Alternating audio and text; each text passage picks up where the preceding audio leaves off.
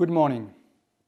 At this difficult time, I want to reach out to all of you, our Airbus employees, our customers, our suppliers and partners, as well as all our friends wherever you may be. Together we face a global health crisis of truly historic proportions. My thoughts are with the people who have been directly touched by this daunting virus, those who have been fallen ill, their families and loved ones, as well as the vulnerable who face a deeply worrying time. I'd also like to pay tribute to those fighting this pandemic, health professionals and all those in the public services caring for others and working so hard to halt the spread of the virus.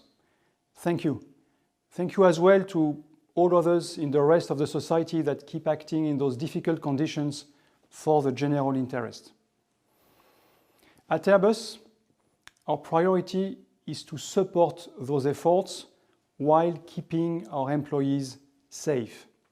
Let's be clear and humble. The challenge on us is to do both at the same time. On the one hand, we do all we can to support our customers and partners, in particular in the emergency and health services, the armed forces and the police, and other critical public services in Europe and across the world. Every day, they rely on our aircraft and our solutions to carry out their life-saving missions. We owe them our total support. As Airbus, we've also donated thousands of face masks to hospitals and public services across Europe in the last days, and will continue to do so as much as we can. We're also working with our social partners and are implementing the necessary measures to ensure the health and safety of our 139,000 Airbus employees across the globe. Since last week, governments throughout Europe have announced drastic new measures against the coronavirus. Today, we have restarted production on the French and Spanish sites, which we had partially paused last week, to take the necessary time to implement strict hygiene, cleaning and distancing measures. These measures are also being applied across all our sites without full interruption of production, as the pandemic situation is deemed less critical so far.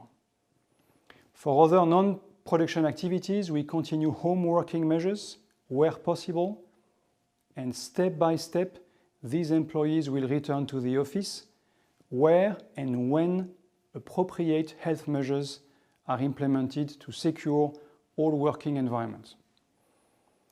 We're taking all necessary measures to ensure that our business can continue, but if a workstation doesn't conform to the coronavirus requirements, it will not reopen.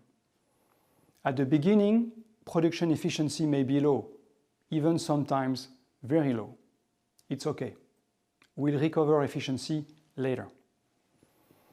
All this follows the initial and extraordinary response of our colleagues in China, who have now resumed their operations, including at our final assembly line in Tianjin. I want to thank all our employees around the world. Their commitment and dedication will prove we can recover from this crisis. Actually, this crisis is not one. We have two crises, a health one and an economic one. We need to face both of them simultaneously and now. Earlier today, we announced some of the financial measures we intend to take to help us navigate the current crisis, protect jobs and secure operations for the months ahead. We will increase liquidity measures to provide more stability and flexibility.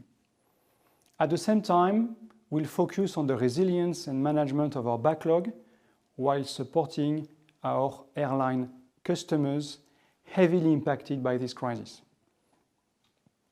Today, it's impossible to precisely evaluate the impact of the coronavirus will leave on our company this year. This is why we have revoked our 2020 guidance. At the same time, we're advocating support of government for the complete ecosystem across the industry, for our suppliers and customers, for example, through the use of export credit. For our generation, these are unprecedented times. This crisis will see our industry undergo deep changes in the months ahead, but we, Airbus and the broader aerospace sector, will emerge from this difficult period eventually. I am convinced that we will recover and together at Airbus resume our task of pioneering sustainable aerospace for a safe and united world. Thank you and stay safe.